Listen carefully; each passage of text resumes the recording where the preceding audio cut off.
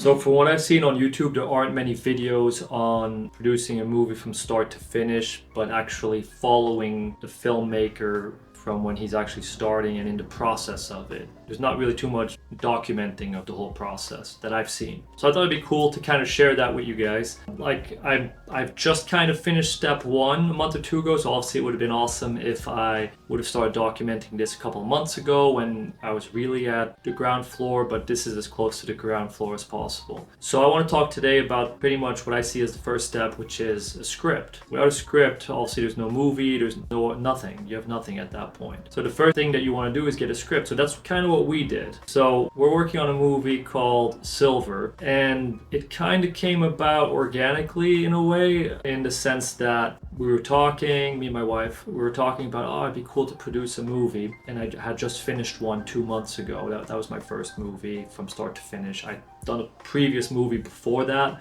I was only involved kind of towards the end. So the last movie was the first time I've literally from inception, from the idea all the way through.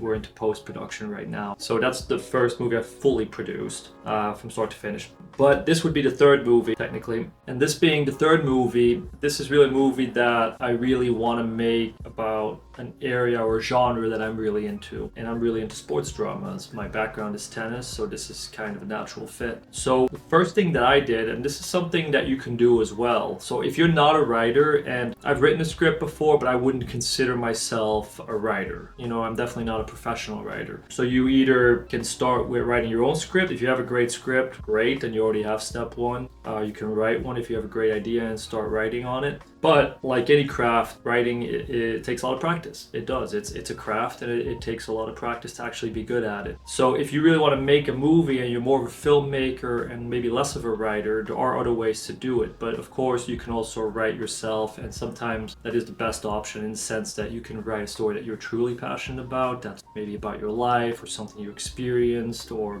something you're extremely passionate about. But let's say you're not doing that and you're a filmmaker and writing is either something you're not interested in that much, or you've never written before, so it's a long road to get good. It doesn't mean you have to wait 5-6 years or whatever to get good at writing before you make your first movie. You can start by actually finding a script or collaborating with someone. So I'll run you through kind of what we did. So we obviously decided what we wanted, which was a sports drama. And then I went on the Blacklist, and I'll share that link below as well. But the Blacklist is basically, for you guys who don't know, it's where a lot of writers submit their scripts to get scored, and sometimes they get representation off it because there's managers and agents that look at it. I've looked there myself as a manager, and there's also producers that look there to find projects that they'd want to produce. And every year they have I think it's the Blacklist Top 100 or something with the best unproduced scripts. Might be top 10. I forget which one it is. So that's another thing that you can look at, obviously, or guaranteed to be good scripts. I've read some of those. It was great. So the first thing I did was I went on Blacklist. I searched the genre that I wanted, which was drama. Then I went through all the scripts log lines, and there's a lot. I think when I typed in drama, there were like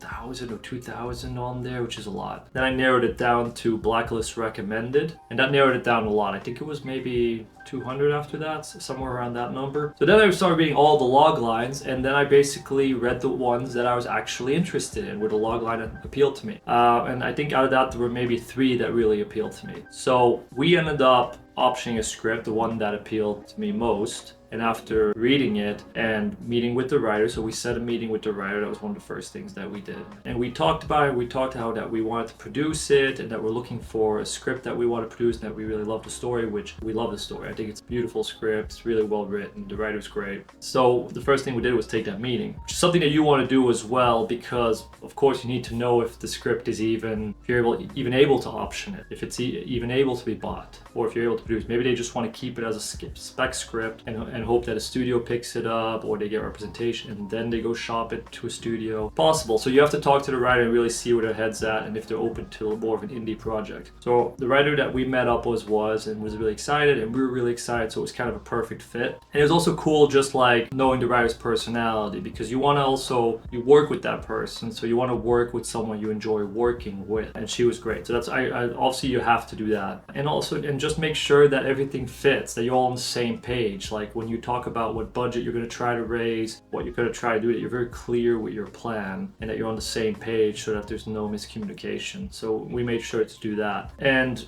we basically end up optioning the script from there. Now, in terms of optioning a script, a lot of different ways to do it. There's not any hard rules, I would say. There's definitely ways that you ideally do it, or especially for a writer, if you're a writer, you definitely want to fight for getting what you deserve in that way and that you don't get some kind of bad deal. But we ended up doing what a lot of indie producers do, where we negotiate an option contract where we have the script basically in our control for 2 years, and she gets a percentage of the budget we raise. So it's no upfront cost for us, because of course, you know, we have to go out there with it. We have to see if we can attach a cast, a director, all of that. So we have to make sure that we get all that before we can even start raising money. You can raise money before, but it's tough now if you have nothing to just raise money with a script. So you have to have something attached ideally, especially for indies. So that's really important. So when we optioned it, we knew we would need probably a good amount of time. We're hoping that this will be max 3 to 6 months to get our director attachment and maybe 2 actors attached. That's kind of our plan right now. And then once we raise money and we get the production budget set, she'll get a percentage of that. So in that way, it's low risk for kind of both people. Obviously, we have control of the script for 2 years, so there is the risk for the writer in that way of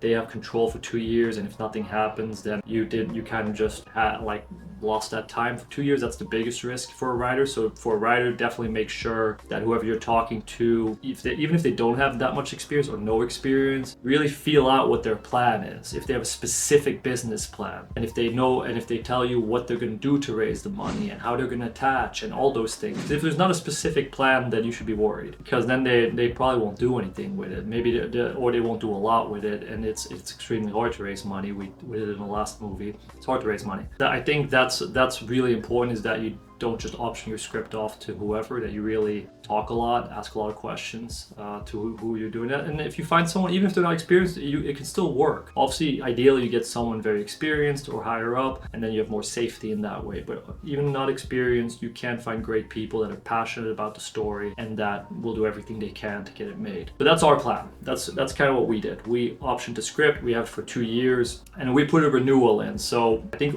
how we structured it is 1 year, and it only renews for a second year if we get someone attached, if that's an actor or a director. So that way there is safety for the writer. So if in a year another producer, if you're a writer, does nothing with it in a year, gets no attachments, nothing, well then you have your script back. So that's why our first step, we have that maximum of a year to get attachments, and then it renews for the second year, which gives us enough time to raise money as well. And obviously we can renegotiate at the end of 2 years, but all depends how we're doing momentum wise from the writer's perspective. If nothing's going on, then why would you renew? So it kind of also puts a little pressure in terms of making it happen, which I think is good for all sides. So that's where we're at right now. Now, if I was you and maybe you want to try other avenues besides the blacklist, there are other ways you can find great scripts, or even have something co-written or written for you. So one of the ways that you can do is you can go on blacklist, like I said. There's Coverfly, that's really good. That you can find a lot of great scripts there too. Slated is another one. Slated is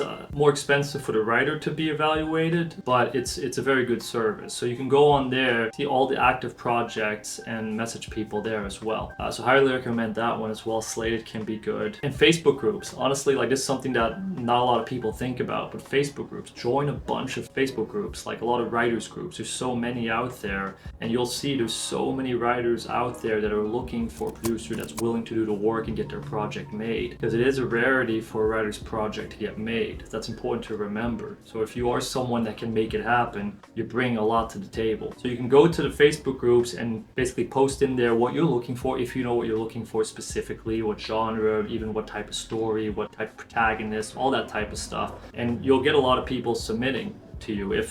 If you seem serious, and obviously depending on your resume and your experience, you'll get more or less. So that's something I highly recommend, is these Facebook groups. And you can also post in there if you're looking more for someone to write for you. Now that's trickier because there's not as many writers that are going to take just a percentage deal, for example, where of the budget. There are writers that will do that, but then you usually have to have something already. Like either you have someone attached already, or you have a good actor attached already where it's exciting for the writer. That could work. Or you're gonna have to pay a small fee up front. But again, if you're just starting out, I do not recommend necessarily hiring a WGA writer, which is the guild, because those fees are really high. So you'd be paying 30K and up sometimes, or whatever it is. It's pretty high. So if you're a new producer or new filmmaker and you're trying to make maybe a micro budget movie of like 50K, 100K, 150K, whatever it is, if it's something that small, you might not go with a WGA writer. You can make deals with them as well, but a lot of WGA writers are also repped by agencies and stuff, and they're going to negotiate. So it's not always worth going that way. You can definitely try, and it could work, but I would recommend taking a chance on an upcoming writer. And there's extremely talented upcoming writers. Like I've read some amazing scripts from writers that aren't in WGA, aren't repped yet, and they're coming up. And that's what you are right now, right? If you're making your first movie, for example, you're an upcoming producer, an upcoming director, whatever it is. So it makes most sense that you're both kind of taking a chance on each other. So that's kind of what I would recommend in terms of step one, and if you want to make a movie, and that's what we're doing. So I'm going to keep you guys updated and update you guys soon on step two and kind of how we progress during this movie. Appreciate it.